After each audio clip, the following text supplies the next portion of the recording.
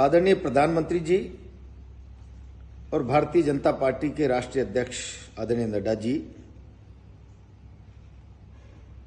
क्या यही आपकी पार्टी का असली चेहरा है जो आजकल बयान वीरों का देश के सामने आ रहा है?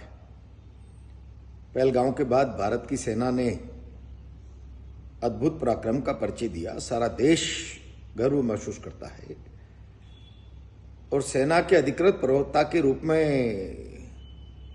साफिया कुरैशी को देश को इस जंग की जानकारी देने के लिए अधिकृत प्रवक्ता बनाया। आपकी पार्टी के मंत्री विजय शाह को उसमें आतंकी नजर आ रहे हैं, आतंकियों की बहन नजर आ रही है।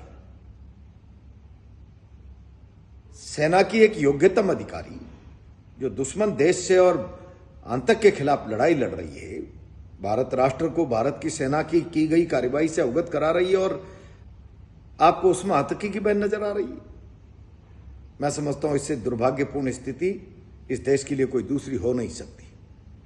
और मोदी जी, अब तो पराकाष्ठा पार हो गई। नड्डा साहब, जब आपके जगदीश देवड़ा मुख्यमंत्री कहते हैं भारत की सेना प्रधानमंत्री के सामने नतमस्तक है, गर्व करना चाहिए भारत की सेना के उस अनुशासन पर जिसने कभी पाकिस्तान जैसे देशों की तरह राजनीतिक नेतृत्व को चुनौती नहीं दी। ये उनके अनुशासन की पराकाष्ठा है और उस पर आप कहें कि नतमस्तक हो गई प्रधानमंत्री के चरणों में। मुझे लगता है आपको ये मुगालता हो गया है बार बार जीतने से कि देश अब हमारे चरणों में नतमस्तक है और आप सेना को भी अपने चरणों में नतमस्तक समझने लगे हैं। भारत इसका जवाब मांग रहा है। क्या कार्रवाई की है नड्डा जी आपने आपके उप मुख्यमंत्री और मंत्री के खिलाफ, जिनके बयानों से सारा देश शर्मसार हुआ है, लज्जित हुआ है? एक योग्यतम सैन्य अधिकारी में आप आतंकी की बहन देखो। सेना के अनुशासन को आप प्रधानमंत्री के चरणों में समर्पण बताओ।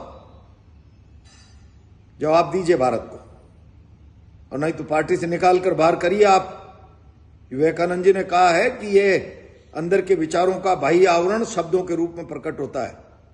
क्या ऐसा तो नहीं है कि आपका अंदर का एजेंडा इस तरह का शब्दों में आपके मंत्री और उप मुख्यमंत्री के बाहर आ गया वो आवरण बनकर?